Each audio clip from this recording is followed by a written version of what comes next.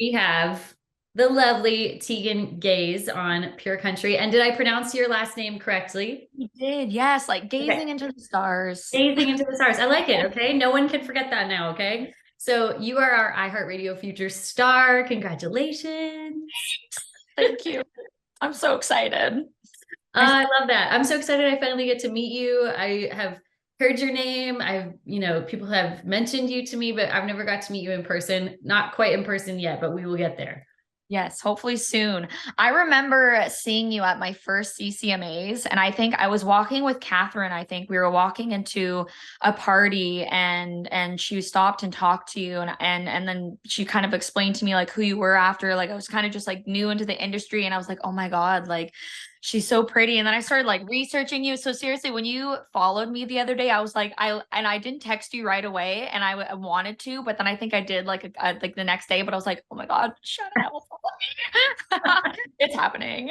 And then you get on Zoom with me and you're like, she's really just a totally normal mom drinking her coffee with her ring Well, light they on. all are. They all are, right? So, but no, Exactly. Well, so it nice was to meet so you. cool. Full circle, we get to do an interview now. So, what would you have said to yourself back then at your first CCMAs had you known, fast forward, how many years ago was that?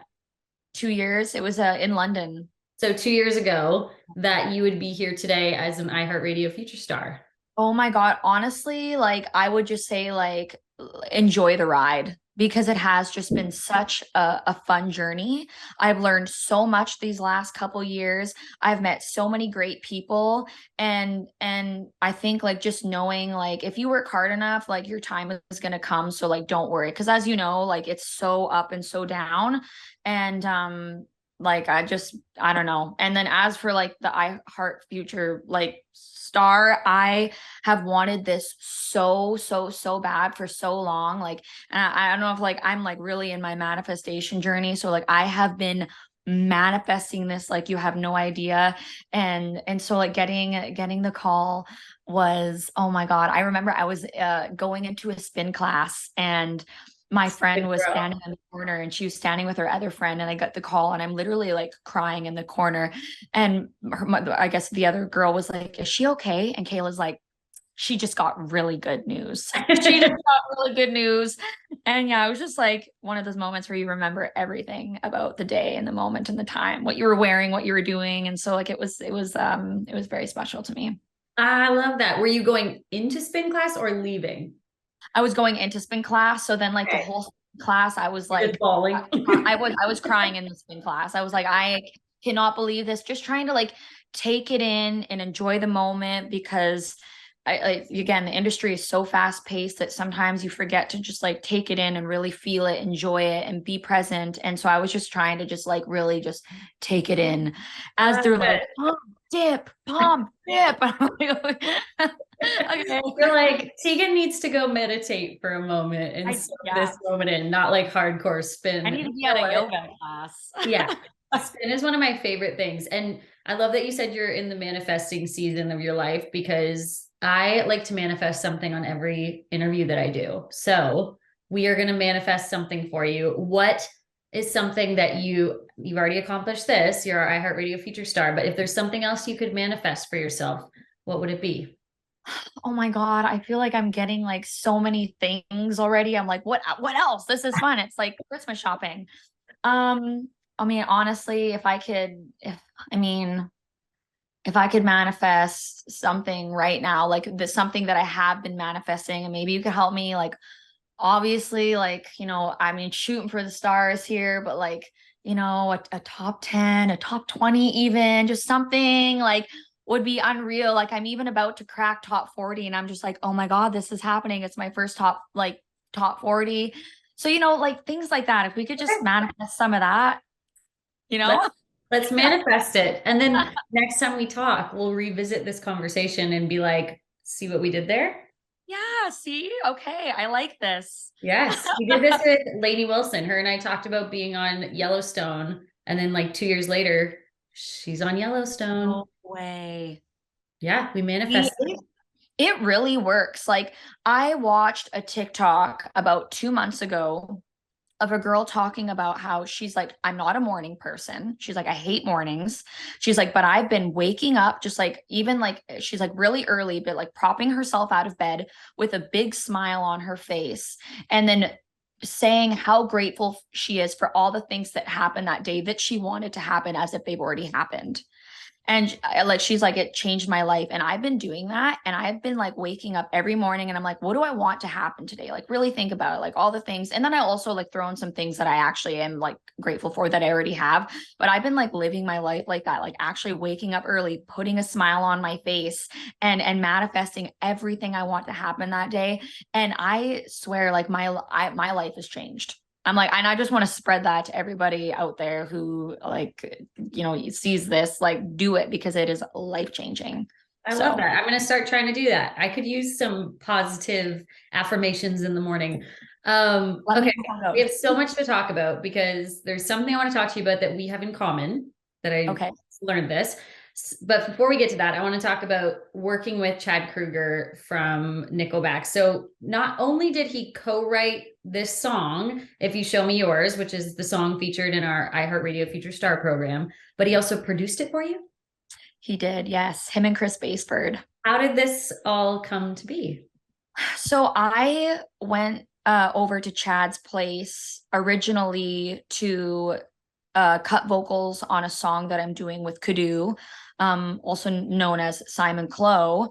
And while we were there, like he kind of messaged me before and he's like, hey, like, Chad's going to be around and like he's down to write. So just like be prepared if like it, works out. And I'm like, oh my God, I'm driving there and I'm like, wow, like I'm getting nervous now. I'm like, okay, nervous, excited because I'm like, this is incredible. So that's kind of how it like initially started. And then when I get there, Chad was in there the whole time I was doing vocals for Kadu.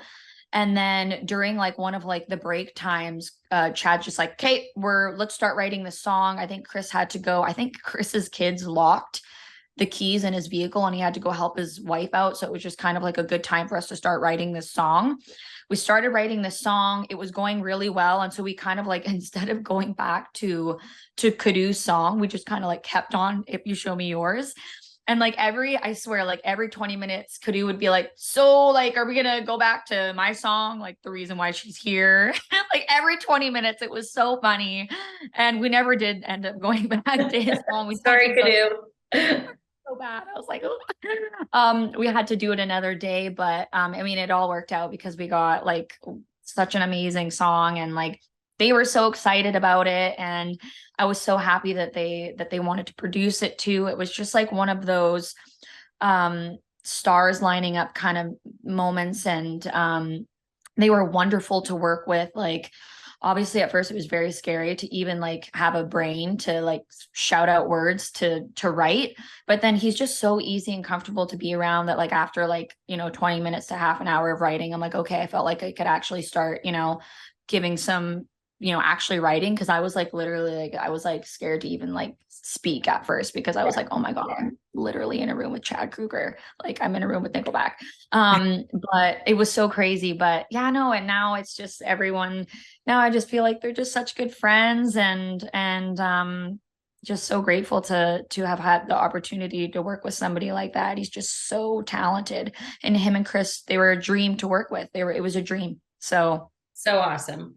Congratulations. That's so cool.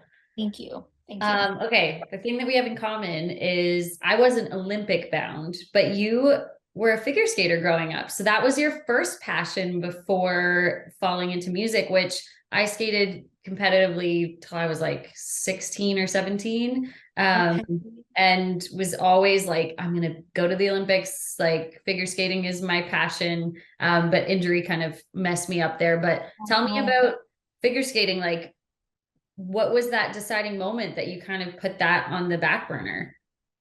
I think I didn't love it as much anymore. And I wanted to, because I didn't really have I mean, not that I didn't have a childhood, but like I didn't really get to do everything I felt like, normal kids were doing every day. Like my life was completely contained by off ice, like multiple skates a day, Summer school, spring school, all the weekends, competitions. And I just reached a point where I just was like, I don't think I love this anymore. And it feels more like a job. And it just got to be, too much. And I didn't want to like, put my parents through it if my whole heart wasn't into it. I wish I didn't quit like I did, because when I quit, I was kind of like, I'm hanging up my skates and I'm like, I'm done. I need a break. Looking back, I wish I didn't do that. But at the same time, I'm like, it worked out, because as soon as I quit figure skating, because like I was very, very driven. Like I was like one of those. And I think that was the thing too, is like growing up, like I started, like my body started changing. I started, turning more into a woman. I started getting boobs. I started like all these things where I'm like, it was hard. And I just didn't have the body for it anymore. And that was mentally draining on me. So I kind of, when I quit, I just kind of quit, cold turkey. Is that the right word? I quit cold turkey, right? Yeah.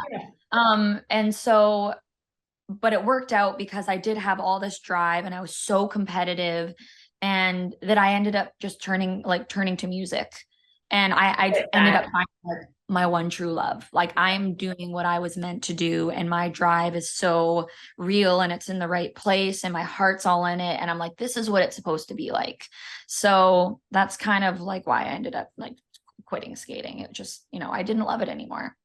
Yeah. And I think that's something that's really important to talk about, is just because you have a passion in your life.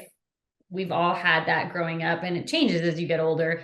It doesn't always mean that you're quitting and that's just like giving up on life. Like it gives you opportunity to find other passions, and you never know what could be on the other side of the next door you open. Absolutely. And that was like something too that I was thinking, like, because when I started doing interviews and we started talking about figure skating, I'm like, I don't want people to think that I quit because it was too hard, or because I'm a quitter, because that's not me, and that's not it at all. I was like, I genuinely just knew that it like my heart wasn't in it anymore. Yeah. And I am now doing what I was born to do. Like this is what I was meant to do. So it all worked out. Hey, well, we are so glad to have you on Pure Country. Thank you so much, Teigen Gayse, our iHeartRadio Future Star. You can hear her song, If You Show Me Yours, on Pure Country every day.